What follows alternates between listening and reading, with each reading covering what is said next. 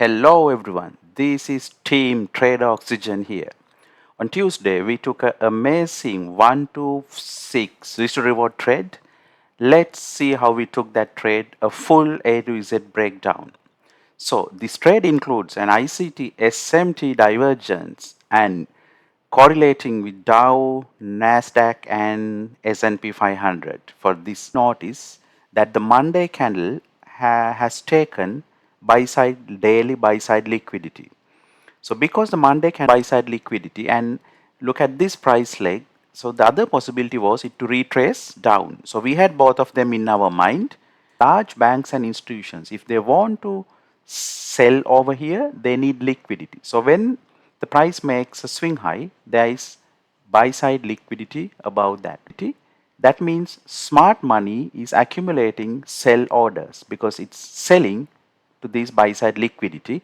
So with the Judas swing and the price grabbing the buy side liquidity here and the wicks over here, smart money has got enough. In the 1 minute chart of S&P 500, we noticed a clear price action, bearish price action forming clue for us that the smart money is now trying to bring the price down. Then it made a bearish market structure shift. So we want a bearish market structure shift to happen. A 1 minute fair value gap, FVG 1 minute between these candles. Wonderful. Those are the plays down, huge displacement, market structure shift.